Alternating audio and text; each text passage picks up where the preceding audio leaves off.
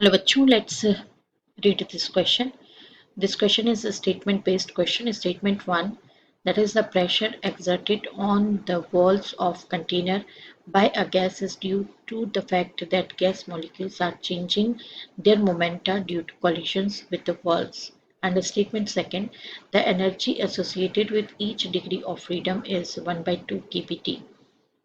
Options are both statement 1 and statement 2 are correct. Both statement 1 and statement 2 are incorrect. Statement first is correct but statement 2 is incorrect. Statement 2 is correct but statement first is incorrect. We have to choose correct option. आइए बच्चों discuss करते हैं की concept plus as well as solution. तो बच्चों यहाँ पे हमारा जो की कंसेप्ट है प्लस उसी से हमें मिल जाएगा सॉल्यूशन।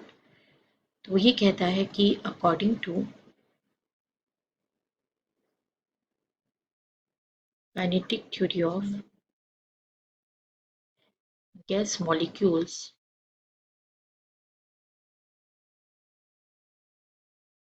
जितने भी मॉलिक्यूल्स होते हैं all molecules moves in random direction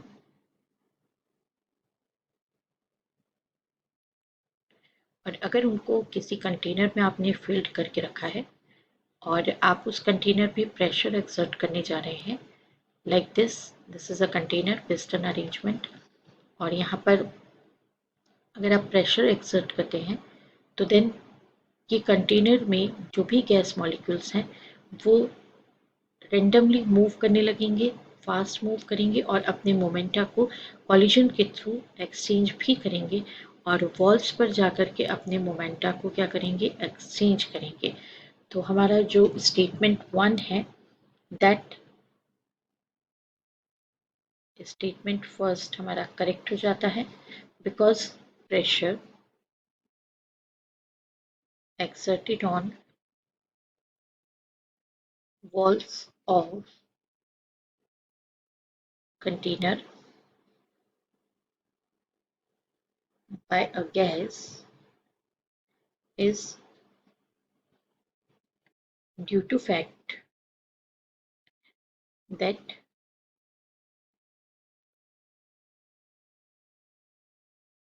gas molecules are changing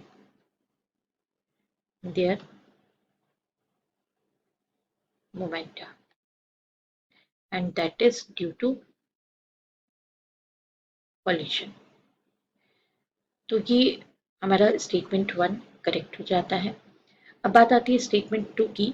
तो energy associated with each degree of freedom. तो degree of freedom that is the number of independent ways in which a molecule of gas can move।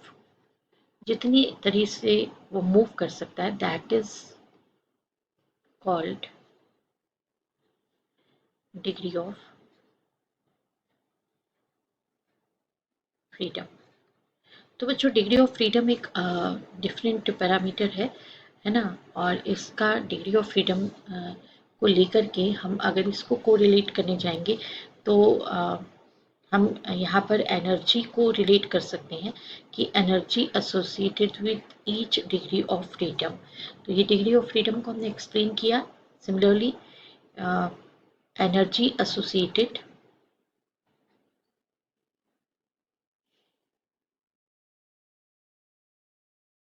with each degree of freedom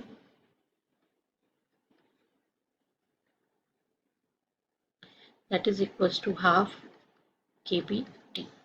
तो ये हमारा statement जो second है वो भी हमारा correct हो जाता है। तो यहाँ पर स्टेटमेंट 1 और स्टेटमेंट 2 ये दोनों ही करेक्ट हैं, लेकिन सेकंड के बिहाफ पर हम फर्स्ट को एक्सप्लेन नहीं कर सकते। तो हम यहाँ पर चूज़ करेंगे कि both statement 1 and statement 2 are correct. Option 1 is the right option. I hope you understood it well. Best of luck. Thank you.